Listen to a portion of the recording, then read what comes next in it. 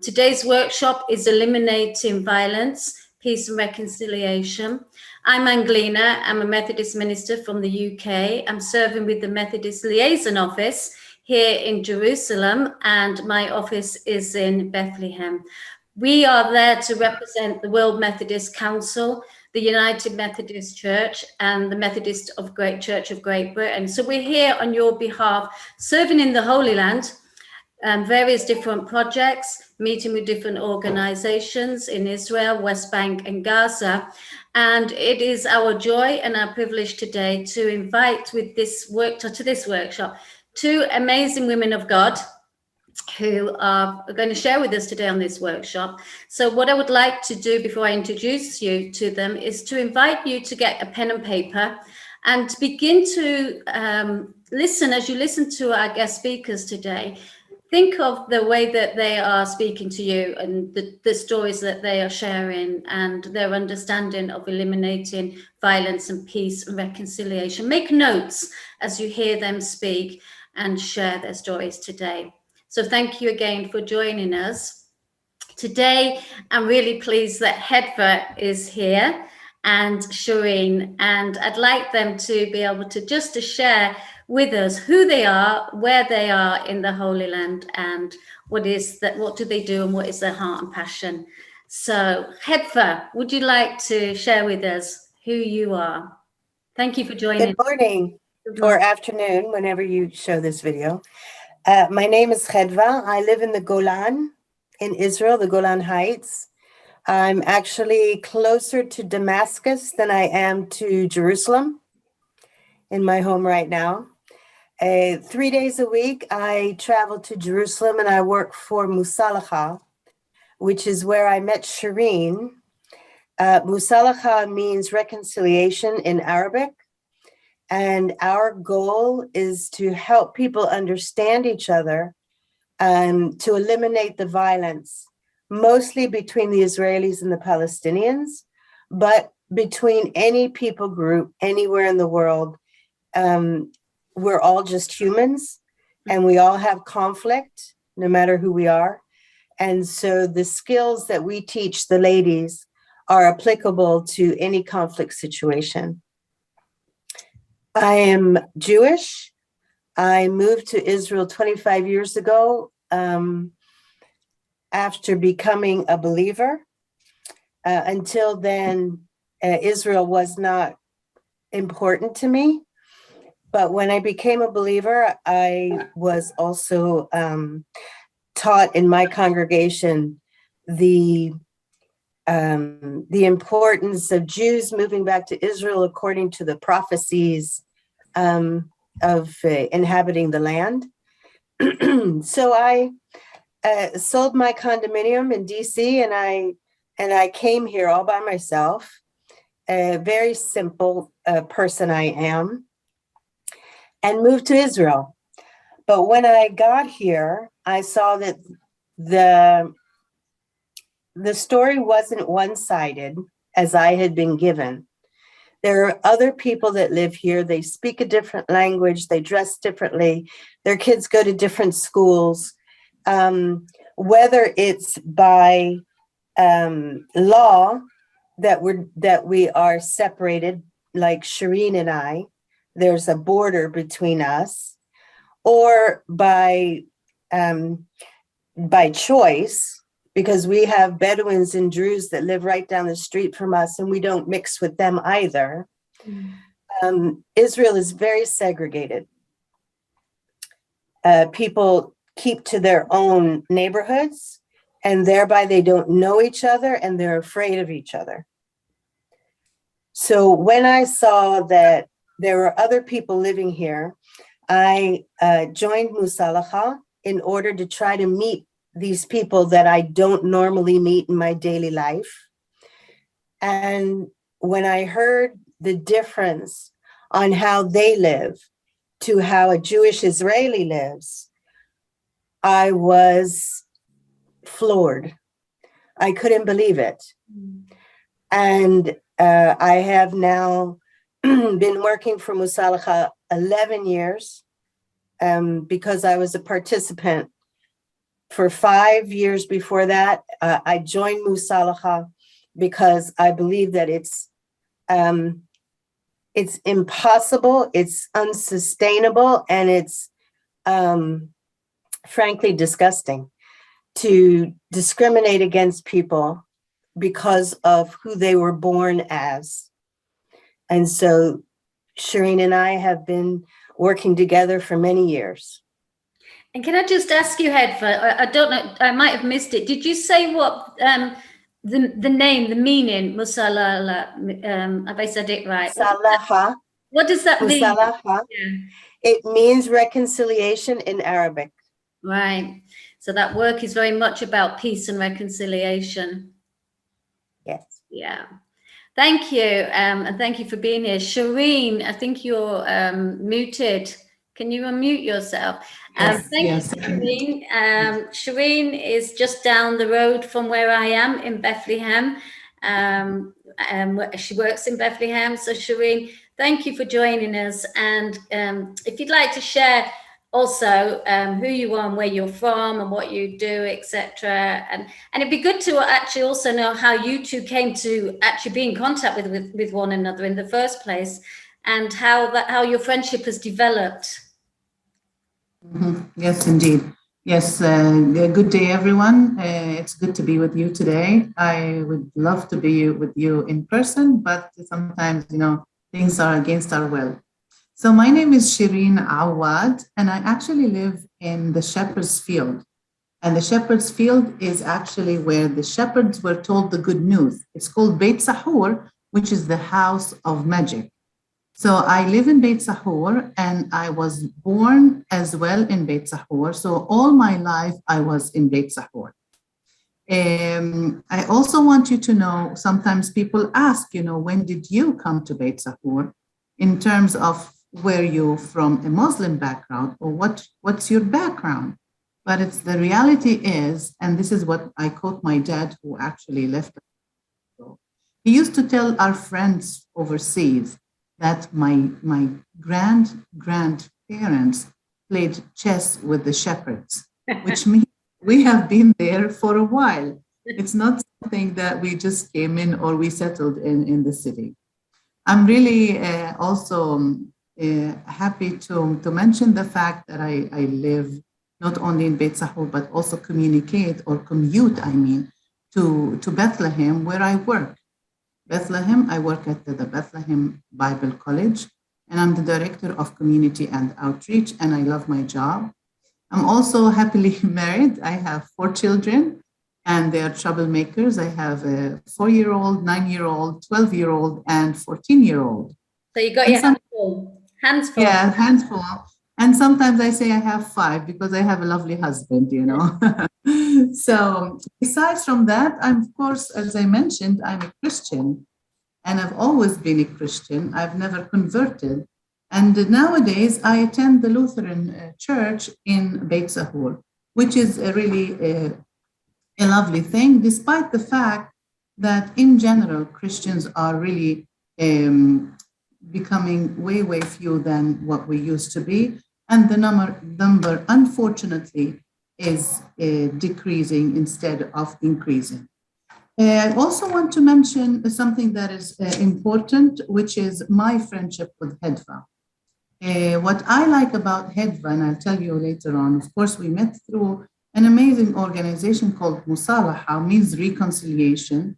And the reason we met, there are so many different reasons, but one of the things that I consider Hedva is not someone that I just met casually and then forgot about. No, our relationship developed into a deep, strong relationship to the point that I call Hedva a sister. And I mean it from the bottom of my heart, because she deserves the title. I don't have sisters, by the way, from my birth mother. So Hedva is a sister to me. And despite the fact that we're segregated and we're isolated in some times, but still we get to pause some days and some weeks and say, we need to see each other and we need to talk to each other. And if we don't talk to each other for a while, Hedva is still a very special sister to me. And why do I like Khadva? I mean, people ask, I mean, she's Israeli, she's Jew, and I'm a Christian, and I'm Palestinian and Arab. You know what? A combination. They're two different things. It's like putting oil on fire, seriously. I mean, if you look at it, it is that way. But what I like about Khadva is that as a believer, we're both believing in Jesus Christ, that we do not pause and say, well, let's just pray and be in what's called a stage where only praying.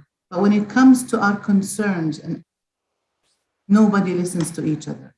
This is what's unique about our relationship, that we do both. We listen to each other in hard times. Oh, Tina, hi. I have a friend that just came.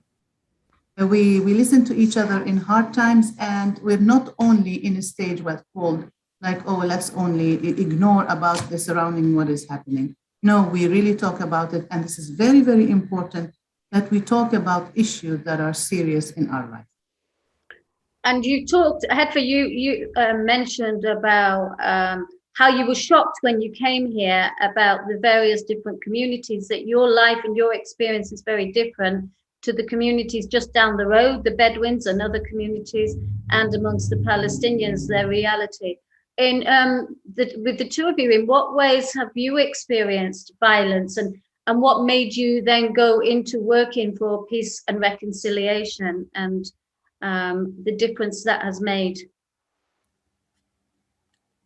Hedva, you're on silent, Hedva. Sorry.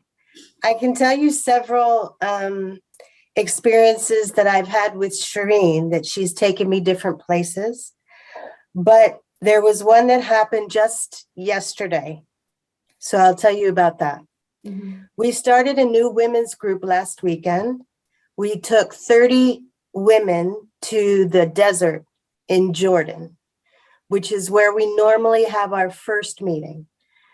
Because in the desert, you are just human. Everyone needs water. Everyone's hot in the sun. Everyone needs to take care of each other. So we took 15 Israeli and 15 Palestinians. We went to Jordan last weekend. Mm-hmm. 3 days later, one of the women from our new group, this was her first time meeting Israelis. Her son was shot by the Israeli soldiers in her home. So we are trying to be proactive, because if we don't work on peace, we're all going to kill each other. It's going to be finished. But we have to be as organized for peace as others are organized for war. That's a very powerful statement. Organized for peace as we are organized for war. And we see violence every day, don't we? We see violence, structural violence, or there's all forms of violence that humanity experiences. And we see it here on a daily basis. I'm really sorry to hear of the lady that you were spending time with and have met and got to know in the desert, and a few days later that her son has been killed by Israeli soldiers. It's heartbreaking, and that is not new, is it? I'm afraid to say that isn't a one-off incident. These forms of violence are happening all the time, and I'm sure, Shireen, that you yourself can share that the experiences here in Bethlehem. People that are watching us from around the world think, oh, little town of Bethlehem, how silently the life from the carols and the images we have. But the reality of for us as believers and desiring to come to the Holy Land, actually on the ground and visiting all the holy sites, the reality is very, very different, as Hedva, you've just explained. And Shireen, here in Bethlehem as well, the illegal separation wall and barrier that is preventing people freedom of movement, and various different forms of violence. It's a daily occurrence, isn't it? Yes, and I wonder if you wanted to add anything to Hedva, what Hedva just shared. Yes, the vicious killing for both sides has become a nightmare to the civilians in the city. Why am I trying to distinguish between someone who killing someone who wants to live in peace. Now, most people, if not all people, they want peace. If war took place, especially what was really has been happening towards war on Gaza, and some people don't even call it war, they call it conflict, but I'm so sorry, I call it war because the minute we're using missiles and tanks and all these things, that is war. And who is the victim at the end of the story? The victim at the end of the story are innocent people. There's so many innocent people killed both sides. What a sad news when a mom loses her child, whether a soldier or like a civilian who is living his daily life. And when people try to aim to hurt people, and this is the irony, Angelina, that they try to aim to kill people rather than aim, it's like you can hurt someone or you can actually eliminate and kill someone. Right. And most time we're going towards killing. Now, what if we try to to go towards like governments, I'm saying, not only people. And I need to mention that. What if we try to invest the same amount of money, resources that we're investing in war to invest in peace building? Imagine, wow. Imagine if all our schools are talking about peace and reconciliation. Exactly. Imagine all the countries are saying, stop to Palestine and Israel. Stop killing each other because this is against humanity. Let's think of a way to do things better for people to live in peace. And basically, this world, like we would think this world is a big world, yet it is so small. Whatever is happening around us is affecting us. The war on Ukraine and Russia is affecting us. And it is sad. We don't think that, at least it's far from us. It's not far from us. We have been affected every single minute. And now the fact that we just finished with, we don't say finished, with Corona, we have been strained, imprisoned for 2 whole years, yet we come to another war. Exactly. During Corona, we also had war against Gaza. So what I'm trying to say here, the reason Hedva and I believe in reconciliation, because we believe in a movement. We believe that if we stay tuned or we stay waiting for governments to make changes, unfortunately, governments are not doing us a favor, and therefore we have to work with individuals, with people. And the passion for Hedva and I has always been women. Mm-hmm. Very much know how women are multitask. We very much know how women are passionate, how women are loving, whether to their children, whether to their family, and so on. And therefore, we believe that change can happen through women, and it is a movement. It's not a government that would, I would love to say, the government of Palestine or the government of Israel is doing this, and, we will, it's not happening. It's not happening. Yeah, because actually, while we are filming this, we're more attacks are happening and have been happening in this last week, and people have been killed and injured on both sides, Israelis and Palestinians. As we are filming today, as you mentioned, Hedva, governments have been saying, the Israeli government, if you have got a gun license, go out on the streets with your guns, respond to violence with violence. And it's because people are scared. People are scared of attacks can happen anywhere by any kind of people group on both sides. And so your way of responding to violence through peace and reconciliation as women, as a movement, is really significant and really important. You are not saying go out on the streets with the guns if you've got a gun and respond violent with violence. You're looking at ways of how to respond to eliminating violence and supporting people that have been on the end of all kinds of forms of violence in a non-violent way, right?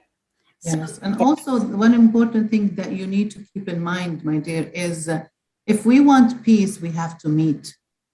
If we want to talk about things, it cannot happen. Peace cannot happen while we're segregated from each other. Yes. And I'll give you like one simple example. When my kids, if I say Israeli or a Jew to my kids, to my children, the first thing they would just remember or think of is a soldier. Mm-hmm. But when they started meeting Hedva, You know, my kids, many times, they do call her Auntie Hedva, many times they came and said, Mama, there are good Jews. There are good Israelis. And this is the image we want to bring to our children, for them to stop and say, not all Israelis are soldiers who want to kill the Palestinians. And same thing with the Israelis who would say, yes, there are Palestinians who are pro-peace and so on. So if we try to bring this image and education to our children, that is halfway solving the problem. Yeah.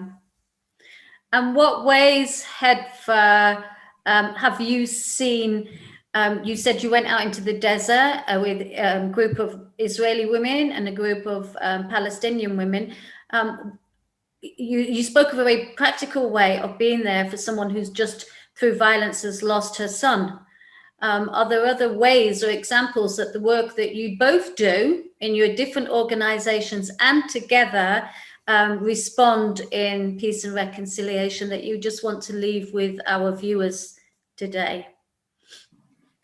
Well, we don't only go to the desert. After the desert, we have at least 6 weekend meetings with the same group of women so that they can build strong, trusting relationships with each other. We teach them compassionate listening. I need to listen for the person who's in front of me.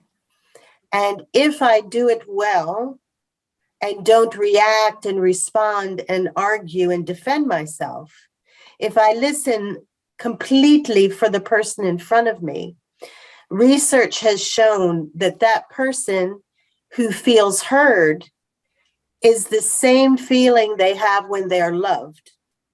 Mm. And love will dissipate the anger and the pain that we're all feeling. It all comes from pain. So we need to heal each other, and we need to be defenders of each other. We need to advocate for each other. We need to stand up in our communities and say, this is enough. They're not our enemies. The actual enemy is the conflict. The actual enemy is selling weapons and war and tanks and planes. That's the enemy. We are not each other's enemy. We can figure out how to live together. And I'll leave you with this idea. Research also shows that to make a movement, you only need 3.5% of the population. That's all you need. And that's a small percentage. Strong people to make a stand, but you only need to convince 3.5% of the population. After that, it becomes a trend and people will run to it. Mm-hmm. So I challenge you in the audience, be part of that 3.5%. That is your mission between now and the time you go to heaven. Are you going to be part of the solution or part of the problem? That's a very important question. Are you going to be part of the solution where they are, the women that are joining us today, or are they going to be the problem? Yes, and I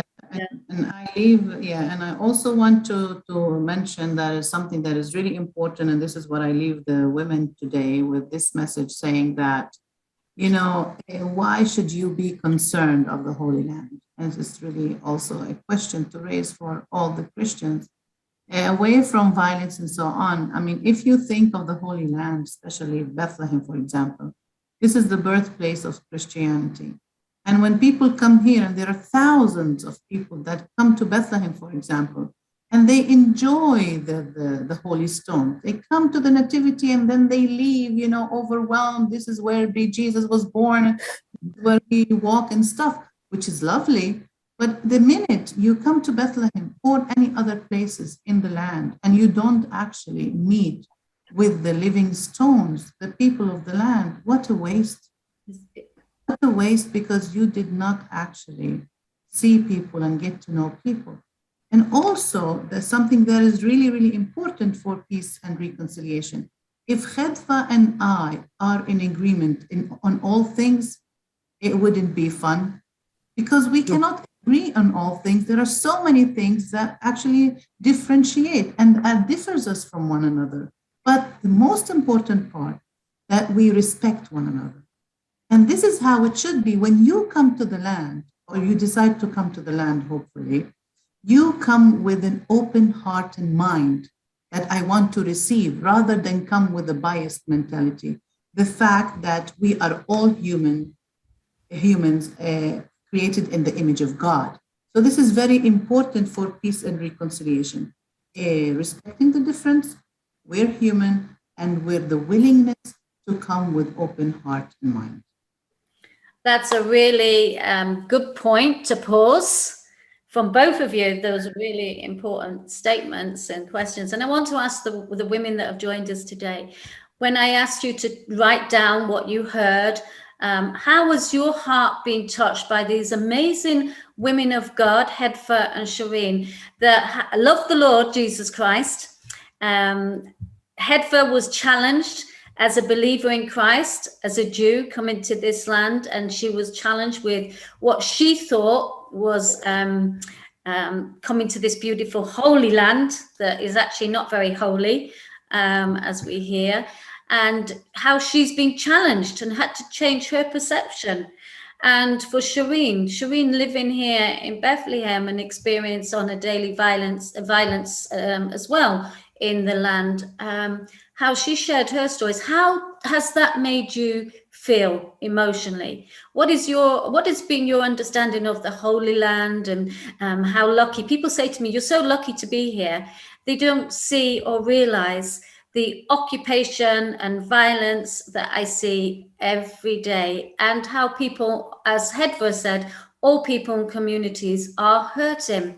And so I'm really thankful to both of you as amazing women of God, and as human beings, and as women that are part of a movement to not just pray, but to do something, and to do something positive. So my first question to you who have been listening is, what's your heart? What have you heard today that maybe has challenged your understanding of the Holy Land and the place where Jesus was born, and his ministry, and walked and died, was crucified? How has your understanding of the Holy Land and this place challenged you and your thinking? That's number one. Number two, what experiences where you are, wherever in the world, have you experienced? There's all forms of violence. What forms of violence have you experienced or witnessed in your communities, in your land? And how has that made you feel? And the third thing I'd like to leave with you is, what are you going to do about it? Are you going to be a solution, or are you going to be a problem?